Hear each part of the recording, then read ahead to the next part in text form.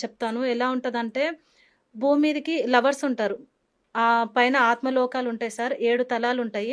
7 తలాలలో ఐదో తలంలో ఒక అమ్మాయి ఉంటది. నీలు అని ఉంటది. మూడో తలంలో ఒకతనుంటాడనమాట. సూర్దాస్ అని ఉంటాడు. హ్మ్. అయితే అక్కడేందంటే, ఈ సూర్దాస్‌ని నీలు అక్కడ గూడా మేము ఇష్టంగా ఉండాలి. అదే తలంలో మేమిద్దరం కలిసుండాలని అనుకుంటది. కానీ ఈ మూడో తలంలో ఆయన ఉండడం వల్ల ఏమైపోతదంటే, పర్మిషన్స్ రావు ఆమె దగ్గరికెళ్ళడానికి ఇప్పుడు ఒక స్కూల్‌లో ఒక టీచర్ ఎట్లుంటదో, ఆ తలంలో ఒక గురువుంటాడు. ఆ గురువునేమంటారంటే ఆయనేమంటాడంటే, నేను భూమి మీద నేను నా ప్రియురాలితోటి ఉండాలంటే, ఆ స్థాయికెళ్ళాలంటే నేను భూమి మీద కర్మలు దగ్ధం జేసుకొని ఉన్నతంగా ఎదుగుతానే నేను ఫిఫ్త్‌లోకెళ్ళిపోతా. అవును. అయితే నాకొక పర్మిషన్ ఇయ్యండి. భూమి మీద ఒక ఏమంటారు ఒక తల్లి, దృష్టురాలైన తల్లి కడుపులో నన్ను పుట్టించు. ఆమె ఎంతో అంటే చెడు పనులు జేసేవాళ్ళుంటారు గదా! ఆమె కడుపులో పుట్టించినవనుకో, ఆమె నేను మార్చి, నేను అక్కడ ఉన్నతంగా మారి, నేను ఆమె దగ్గరికెళ్ళిపోయి ఆమెతో సంతోషంగా ఉంటా అని ఒక జన్మ తీసుకుంటాడు. ఓహ్! హ్మ్. ఆ! అలా జన్మ తీసుకున్నాంక ఆ దృష్టురాలు తల్లి ఏం చేస్తదంటే అన్నీ ఆయన ఎళ్ళింది ఏం పర్పసు?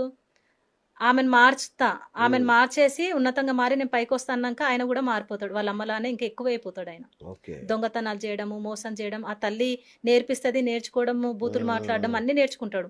ఆయన ఒక పని మీద ఒస్తాడు. ఈ భూమి మీద అవును. కర్మలు దగ్ధం చేసుకుందామనొచ్చి వాళ్ళ అమ్మ ద్వారా ఇంకా చెడిపోతాడు. ఓడి చెడిపోయిన తర్వాత పైనున్న ఆమె బాధపడతది. బాధపడి ఏం చేస్తదంటే, ఇంకో తలంలో ఉన్న ఒక ఆత్మని రిక్వెస్ట్ చేస్తది. "నువ్వెళ్లి ఆయనని సరిజెయ్యి. అచ్చా! ఆయనని అచ్చా! మార్చి, అచ్చా! ఉన్నతంగా అర్థమైంది. మార్చి నువ్వు పైకి తీసుకురా" అంటే, ఆయన ఆయన మోహన్ దాస్ అనే ఆత్మని కిందకి పంపిస్తారు. పంపించినప్పుడు ఏదో ఒక రూపంలో కలుపుతారనమాట. కలిపినంక ఏమైపోతదంటే, ఈయన ఈయనవన్నీ ఆయన నేర్చుకుంటాడు. ఆ! ఈయన ఈయనవన్నీ ఆయన నేర్చుకొని ఇద్దరు ఒకటైపోయి మళ్ళీ దొంగతనాలు జేయడము, ఆ! ఈయనని మార్చుదామని వచ్చిన ఆత్మ గూడా కూడా పాడైపోతది. పాడైపోతది. ఆ! అప్పుడు ఇంకా బాధపడతది. బాధపడినంక పైనున్న వాళ్ళు మాస్టర్స్ ఏమంటారంటే దేవాత్మలు, "నువ్వు స్వార్థం కోసము ఇంకొక ఆత్మను గూడా కర్మలు పట్టేలాగా అవును. చేసావు చేశావు. గదా! ఇంకా నువ్వు ఈ తలంలో ఉండకూడదు. నువ్వు మిగతా కింద తలంలోకెళ్ళిపోవాలి" అన్నప్పుడు రియలైజ్ అయిపోతది. వాళ్ళు మాటిస్తారు. "నువ్వు ఏ ప్రయత్నాలు చేయొద్దు. ఇప్పటికే ఇన్ని ప్రయత్నాలు చేసినావు గదా! నువ్వు సైలెంట్ అయిపో" అంటే ఆమె ఫస్ట్ తలంలోకెళ్ళిపోతది సార్. ఎళ్ళిపోయి అక్కడ రియలైజ్ అయిపోయి బాధపడతది. నేను ఇంత తప్పు జేసినాను. నా స్వార్థం కోసం ఇంకొకతన్ని గూడా నేనిలా జేశాను అన్నప్పుడు, ఈ దైవాత్మలు ఎలా జేస్తారంటే రియలైజ్ అయిపోతే ఇంకొక ఇంకొక బిడ్డెక్కిస్తారు. ఇంకొక ఆత్మని కిందకి పంపిస్తారు. హ్మ్. అక్కడేమైపోయిందంటే ఈ సూర్దాసు, మోహన్ ఉన్నారా, కొన్ని సిట్యుయేషన్ ద్వారా ఒక మోహన్ సెట్ అయిపోతాడు. తన తప్పు తను తెలుసుకొని సేవలకెళ్ళిపోతాడు. హ్మ్. సూర్దాస్ కూడా చాలా ప్రాబ్లమ్ ఫేస్ చేస్తాడు. కాళ్ళు, చేతులు అన్నీ పోతాయి. అన్ని ప్రాబ్లమ్స్ వాళ్ళ అమ్మ గూడా జైలుకెళ్ళిపోతది. అన్నీ అయిపోయిన తర్వాత వాళ్ళ అమ్మతో కలుస్తాడనమాట. సేవలకెళ్ళిపోతాడు. సేవలకెళ్ళిపోయినప్పుడు ఏం చేస్తాడంటే, ఇప్పుడు ఆయన ఐదో తలంలోకెళ్ళడానికి అంటే ఎప్పుడైతే నువ్వు రియలైజ్ అయిపోతావో, నేను చేసింది తప్పు, నేను సరిదిద్దుకుంటా. అప్పుడాయన కోరుకున్నాడనమాట. నేను చేసిందంతా తప్పు. నేనెందుకిలా చేశాను ఎప్పుడైనా మనది ఆహ్, ఉపచేతనాత్మక మనస్సు అని ఉంటది సార్. అవును. అవును. అదేందంటే క్లోజ్ అయ్యి ఉంటది.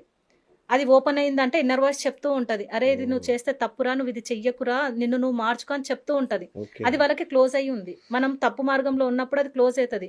అది ఓపెన్ అయ్యిందంటే నీకు మార్గాలు చూపిస్తది సార్. హ్మ్. అంటే ఈ వేలో ఎళ్ళకు, ఇది చెయ్యి అని చెప్తూ ఉంటది. గైడెన్స్‌గా ఇస్తూ ఉంటది. రైట్. అది క్లోజ్ అవ్వకుండా ఓపెన్ అయ్యి ఉండాలంటే మనం ఎప్పుడూ ఎరుకతో ఉండాలి. ఓకే. అయితే అక్కడ ఆయనకు ఓపెన్ అయ్యి కోరుకుంటాడనమాట. నన్ను భగవంతుడా నేను చాలా తప్పులు జేసినాను. నేనింకే తప్పులు జేయను. నాకు కరెక్ట్ విధించినవు అని బాధపడి ఏడ్చినప్పుడు మళ్ళీ దేవాత్మలు కిందకొచ్చి నాకు సాయం జేస్తారు. ఓహ్! కానీ ఎప్పుడైతే సరే ఈ భూమి మీద రియలైజ్ అయినామనుకో, అవును నేను చేసింది తప్పు. అవును. ఇంక నేను ఈ తప్పు చెయ్యను. నేను సేవలకెళ్ళిపోతా అని ఎప్పుడైతే కోరుకుంటామో, సార్ వెంటబడి ఆ దేవుడొచ్చి మనకు సాయం జేస్తాడు. ఐడియా. సూపర్. సత్యంలో జీవించినామనుకో సార్, చేపట్టి నడిపిస్తాడు. యూనివర్సల్ కర్మ అంటే ఎలా ఉంటుందంటే, ఇది మనుషులకి నేను చెప్తాను. ఆ! ఆహ్, ఇప్పుడు చెట్లున్నాయనుకోండి సార్, ఆహ్, ఇప్పుడు మనకు రోడ్లున్నాయి, ఇవన్నున్నాయి. అవును. అడ్డుగా ఉంది, చాలా సమస్యగా ఉంది అంటే ఉద్దేశం మీదనే ఉంటది సార్. ఇది ఆ! కర్మలనేటివి ఉద్దేశమే. నీ అచ్చచ్చా! ఉద్దేశాన్ని బట్టి కర్మగా అవుతది. ఓకే. ఇది ఓకే. 10 మందికి మంచి జరగాలి అన్నప్పుడు అది నరికినా గూడా అది తప్పు గాదు. తప్పు ఇప్పుడు కాదు. హ్మ్. ఆహ్, ఇప్పుడు అనవసరంగా చెట్లను నరుకుతాం గదా! మన అవును. సంతోషం కోసం, మన ఆనందం కోసము హ్మ్. నరికినప్పుడు అది కర్మగా మారుతది. 10 మందికి ఓకే. ఉపయోగపడాలి, ధర్మంగా ఆలోచించినప్పుడు మాత్రం అది కర్మగా అవ్వదు. హుహు. దీనికి ఇంకోటి గూడా చెప్తాను సార్. యూనివర్సల్ కర్మ మనకి ఎలా వస్తుంది అంటే, ఒక స్టోరీ చెప్తాను నేను. ఒక హ్మ్. ఆమె పాలకుండని తల మీద పెట్టుకొని వెళ్తుంటది. వెళ్తున్నప్పుడు పైన ఒక గద్ద, ఒక పాము ఆ గద్ద ఈ పాముని నోటితో పట్టుకొని వెళ్తుంటది. ఆ పాము నోట్లో నుంచి ఆ విషము పాలకుండలో పడతది. ఆమె తీసుకెళ్ళి స్కూల్లో ఉన్న పిల్లలకి తాగిస్తదనమాట. అవును. ఇది ఎవరి కర్మ సార్ ఇది? ఎవరికి రావాలి? ఎవరు అకౌంట్‌లో పడాలి కర్మ? ఎవరి మీరు దాంట్లో చెప్పండి. అదే వస్తది? అర్థం కావట్లే. అందరి తప్పులున్నాయి ఆ! ఇందులో. అయితే ఇందులో ఎవరిది తప్పులేదు సార్. ఆ! పక్షులకి, జంతువులకి కర్మలు అంటుకోవు. అచ్చా! పక్షులకి, జంతువులకి కర్మలుండవు. మనుషులకుంటాయి. అక్కడేందంటే, అక్కడ గద్ద తప్పు లేదు, పాము తప్పు లేదు, పాలామెకి అసలు తెలీదు. ఆ! మళ్ళీ ఆ పాలు ఆ పిల్లలకి తాగించడం ఆ ఓనర్‌కి గూడా తెలీదు. అప్పుడు ఈ కరెక్ట్. యమధర్మరాజు దగ్గర చిత్రగుప్తుడు ఉంటాడు గదా! ఆయన అవును. అడుగుతాడు. ఇది ఎవరి అకౌంట్‌లో రాయాలి? ఎవరికి రాయాలి? అన్నప్పుడు ఆయనేమంటాడంటే, భూమి మీద ఎవరైతే పక్కవారి జీవితంతోటి ఆడుకుంటారో, వాళ్ళ గురించి తప్పుగా మాట్లాడడము, చాడీలు చెప్పుకొని ఉండడము, వాళ్ళని ఏదో ఒక రకంగా ఇబ్బంది పెట్టాలనుకుంటారో, వాళ్ళ అకౌంట్‌లో ఇవి పడతాయి. అవునా? ఇప్పుడేంటంటే మనము ఆమె అట్లా అంట, ఆమె అది అవును. జేషిందంట, అవును. వాళ్ళ గురించి బ్లేమ్ జేయడము, పక్కవారి ఆ! గురించి మాట్లాడడము, అలాంటి వాళ్ళ అకౌంట్‌లో యూనివర్సల్ కర్మలు పడతాయి. ఓకే. వాళ్ళు ఆ! అయితే చాలా అల్లరి సార్. నాటీ. ఆ! ఒక గురువు నిజం చెప్పాలంటే నాకామె ఒక గురువు. ఆమె దగ్గరే నేను నేర్చుకుంటున్నాను. ఓకే. అయితే చాలా నాటీ అన్నమాట. బాగా అల్లరి. అంటే నేను చాలా గత జన్మలు చూసుకున్నాను. అంటే హ్మ్. హ్మ్. పిల్లల్ని హ్మ్. బాధ పెట్టడము, అచ్చా! ఎత్తుకెళ్ళడం అవన్నీ అవి చూసారు. ఆ! అంటే గత జన్మలు నేను చూసుకున్నప్పుడు న న నా కూతురు ఎందుకు ఇంత బాధ పెడుతుంది అని అడిగినప్పుడు కొన్ని నాకు పాస్ట్ లైఫ్‌లో చూపిచ్చారు. ఓకే. చూపించినప్పుడు నేను రియలైజ్ అయ్యి ధ్యానంలో చెప్పుకోవడము, దాంట్లో మార్పు రావడము, ఇంకా అల్లరి ఎక్కువైపోతుంది స్కూల్ నుంచి రాంగానే. ఆ! అయిపోయినప్పుడు నేను తట్టుకోలేక నేను మౌనంగా అయిపోయినా. ఇంక ఆ! నేను నీతో మాట్లాడను. నేను సైలెంట్ అయిపోతా. అయినంక వచ్చింది సార్ ఒకరోజు వచ్చి అడిగింది. ఆ!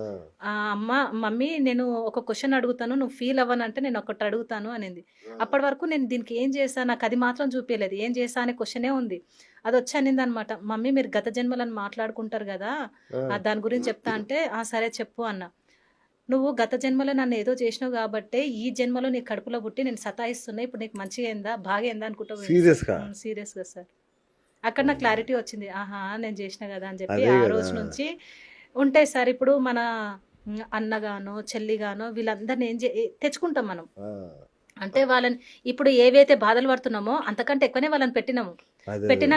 పెట్టినాము. ఇప్పుడు భూమి మీద జన్మ తీసుకునేటప్పుడు ఎట్లుంటదంటే సార్, మనం ఇంత ప్రెషర్‌ని పట్టుకోలేము. తట్టుకోలేము. ఈ ప్రెషర్‌ని తట్టుకోలేము కాబట్టి మనకు కొంచెమే ఇస్తారు. ఎక్కువ ప్రెషర్‌నివ్వను. దాన్నే మనం భరించలేము. ఓహ్! మనం భూమి వచ్చేటప్పుడు నువ్వు నాకు అక్కగా రావాలి. నువ్వు నన్ను టార్చర్ పెట్టాలి. గతంలో నేను పెట్టినా కాబట్టి నువ్వు నన్నిప్పుడు పెట్టు. ఓకే. తండ్రి గాని ఎవరైనా మన ఇంట్లో ఉన్న వాళ్ళంతా మన గత జన్మ నాకు తెలిసి నుంచి బాగా పాపం చేసిన వాళ్ళు భార్యాభర్తలయితారేమో. సార్ ఇది గూడా ఒక స్టోరీ చెప్తాను ఆ! సార్.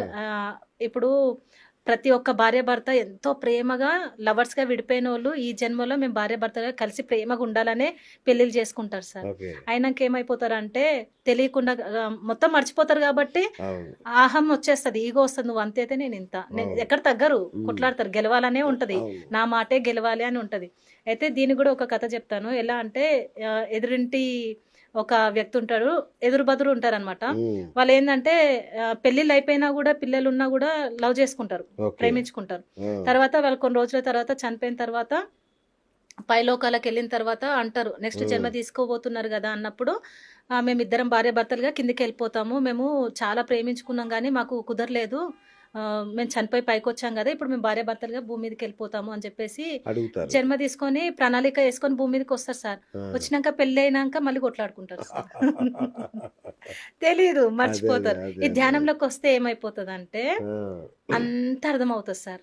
నా ఓకే. భర్త ఎవరు? హ్మ్. నా లైఫ్‌లోకెందుకొచ్చాడు? ఆ! నా కొడుకు ఇంత సతాయిస్తున్నాడంటే ఏంటి? ఆ! ఈ క్వెషన్స్‌కి ఆన్సర్ ఒస్తాయి గాబట్టి, అక్కడ మేము వచ్చే కర్మల్ని ఆపేసుకుంటాం. వాళ్ళలో ఓకే. మార్పు గూడా ఒచ్చేస్తది.